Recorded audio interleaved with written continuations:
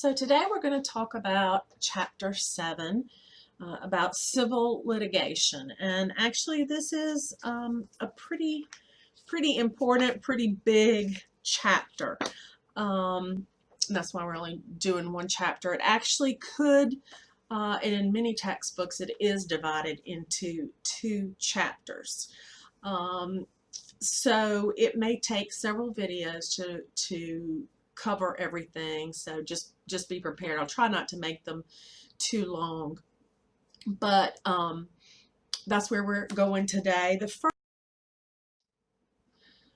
slide I wanted to show you, it is in your textbook. It's on page 243 in your textbook, and it's a really detailed flow chart of how a civil case could proceed, and it gives you alternatives so that it gets a little confusing when you look at it, but you just have to make sure you're following the correct arrow.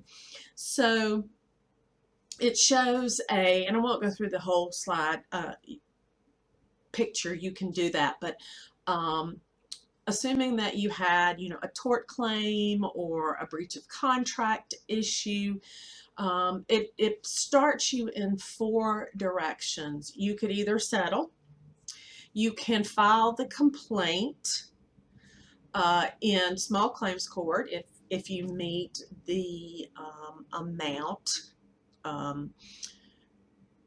not over the maximum. You could file it in trial court or in Georgia Superior Court, or you could go to arbitration. And then from each of those, you have some choices about which direction you go. Okay, I'm going to show you another graphic in a minute that came from another text. But, you can just, it's kind of like, yes, you go here, no, you go there, and work your way through until you reach the end. So with civil litigation, keep in mind you will take an entire course that is about civil litigation. So we're really trying to cram an entire course into one chapter and one set of PowerPoints. So just basics. Paralegals have to have basic knowledge on the litigation process and any of the forms or the technology that's commonly used in the process. And depending on what area of law they might be working in, you might have to have some more specific knowledge about a particular area. You have to gather evidence, document what you found. You might be researching new areas of law. You have to find the court rules for the court where you're going to be filing this lawsuit. Many times the paralegal is responsible for maintaining the relationship between the attorney and the client and any witnesses that we might have. So that is a very important piece of what the paralegal does. They many times are interviewing, collecting documents, preparing trial materials, exhibits. So there is a lot that the paralegal does within this civil litigation process. So civil litigation, we hope that in most situations when individuals have issues with one another, one individual has injured another individual, and when we say individual, it could be, keep in mind that it could be a corporation, it could be an entity, but it's being treated as an individual or as one.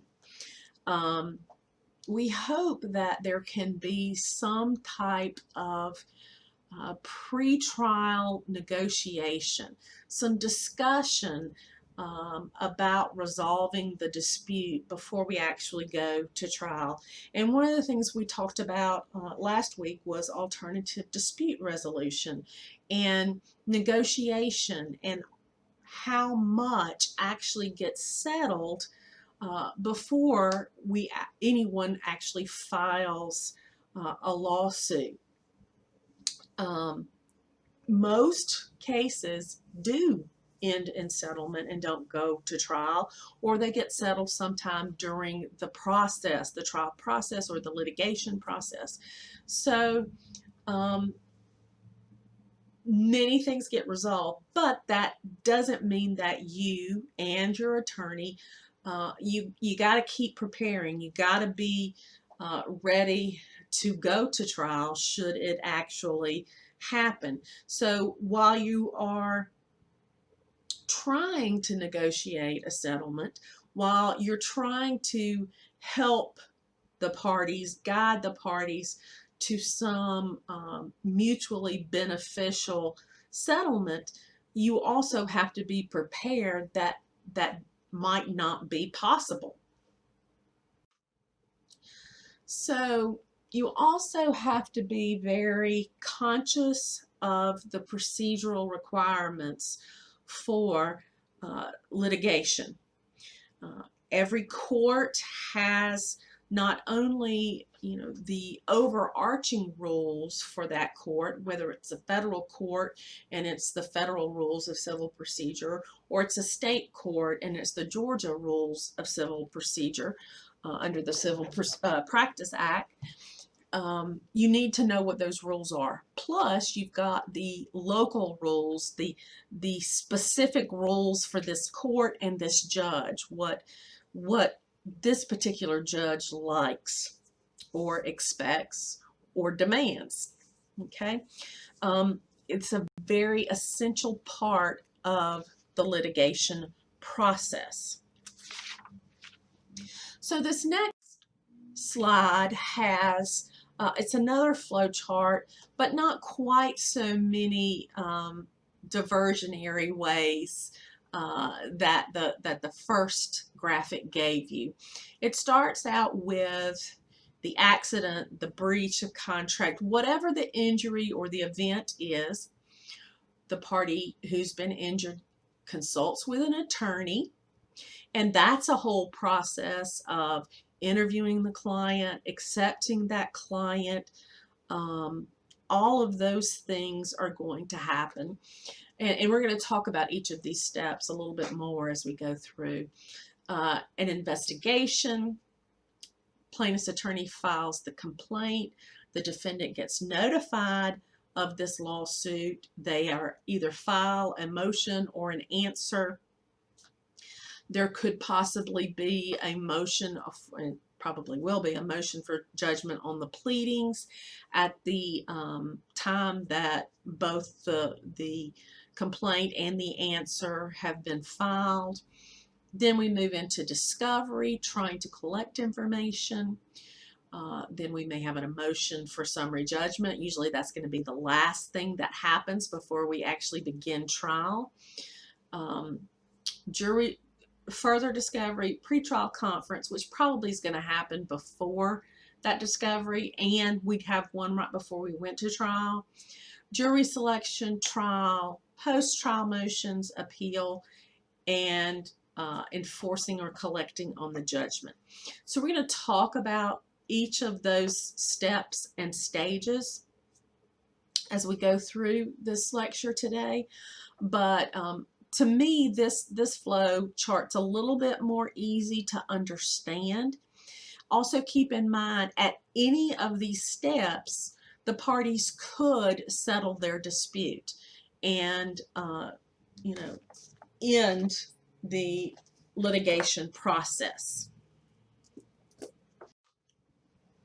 So as I said, you have that initial client interview.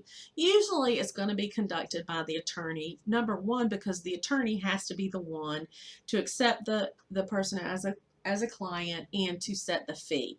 That's something that's kind of in That's in the big three of what constitutes practicing law. Um, but you as the paralegal may be involved in that process. We're going to collect the facts. What happened? Why or how was this person injured? Getting them to sign any release forms, medical release, whatever types of release forms we need in order to gather the information we need to move forward. The attorney's probably also going to explain his or her methods, processes, how they go about handling such a case as what the client has, and as I said, an agreement, agree to represent, set the fee, and usually nowadays there's going to be a representation agreement that the client and the attorney are going to sign. So then you, the paralegal, are going to begin creating the litigation file for this case, organizing it,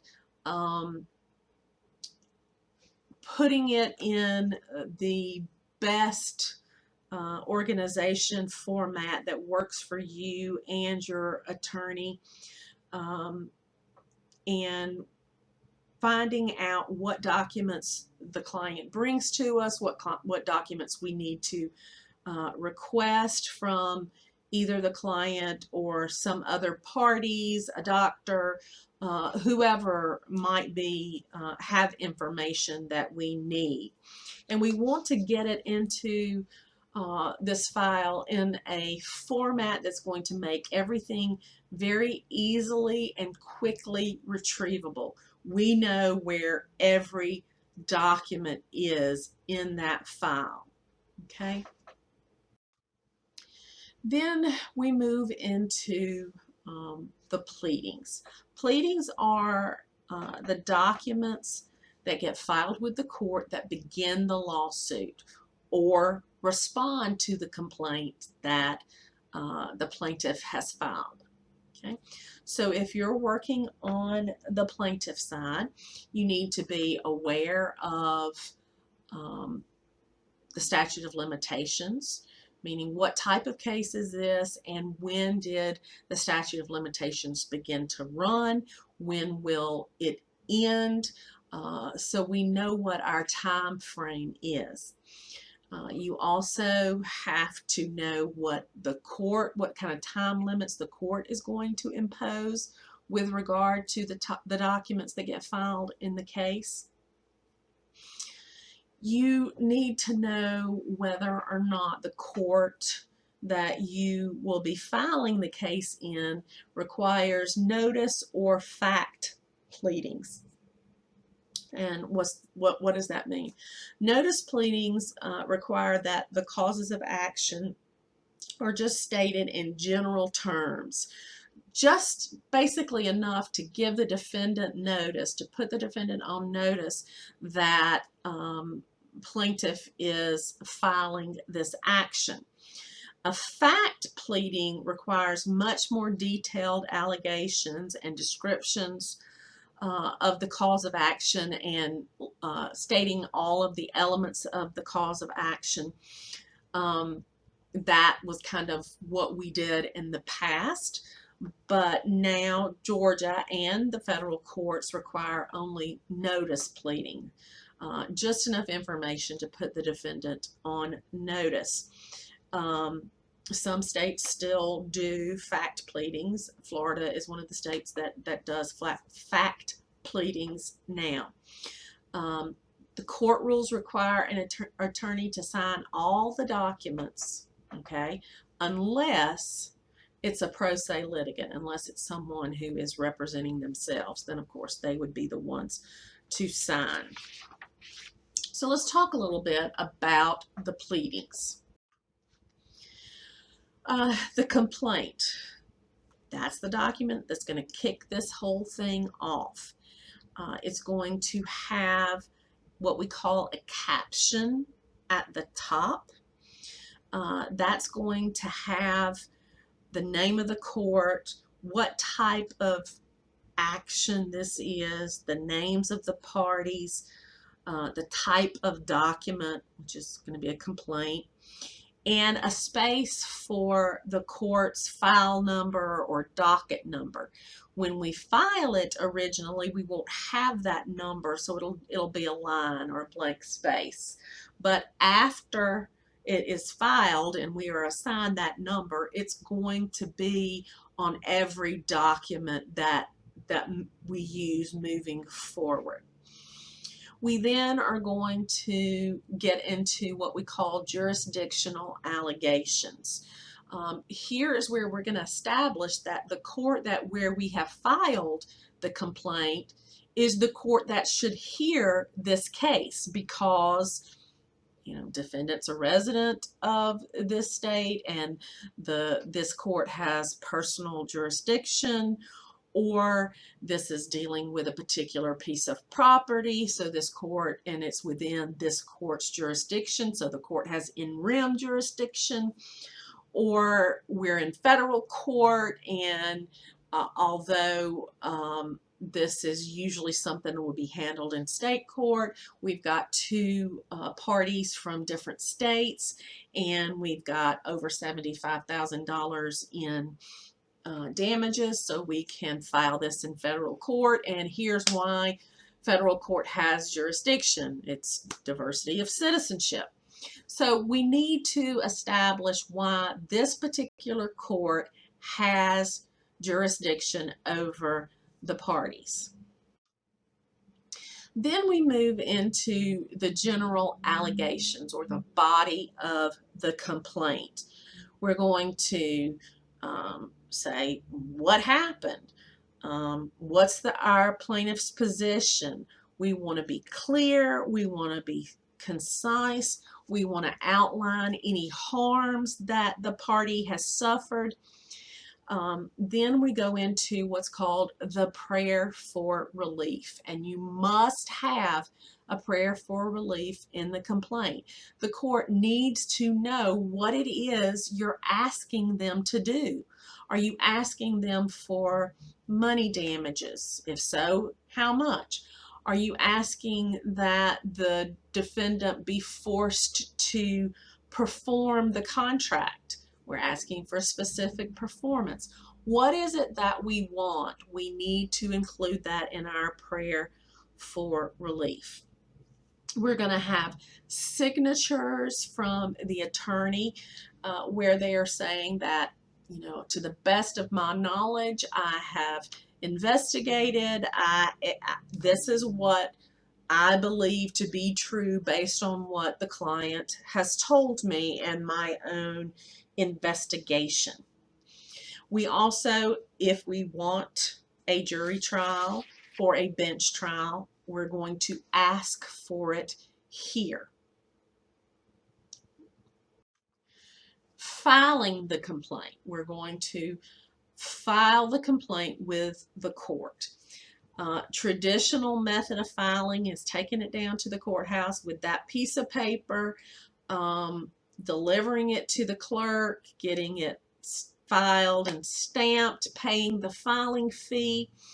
That's kind of the traditional method, and in some places you may still be doing that. But in Georgia now, we have mandatory e-filing for all civil cases, and will be headed that way for criminal. But e-filing is the wave, and it's something that you need to be cognizant of, need to be trained in. Right now there are two companies that handle e-filing in Georgia, and it just depends on which county you're in as to which company you would use. It reduces time, paperwork. It's available 24/7, so we can file at any time. The drawback to that, it's available 24/7, and we as attorneys tend to be procrastinators, and so we think, oh, I can file anytime. I can file at 10 o'clock tonight when I get home, or I can file this on Saturday. And then, we procrastinate and end up pushing it to the limit with regard to filing, and we, cause us unnecessary stress because things like, your internet goes out, power goes out, whatever the case, and you've not handled it in a more proactive manner. So be aware of that. So this is the copy or a screenshot of a complaint in a federal district court. And you can see each of those sections that we've talked about. So you can go back and take a look at that. This is actually from another textbook, but there are examples in your textbook starting on page 251. They have an example of a notice pleading and a fact pleading. So you could go and take a look at those in the textbook. So I'm going to stop right here. You know what? I'm going to keep going for just one more minute.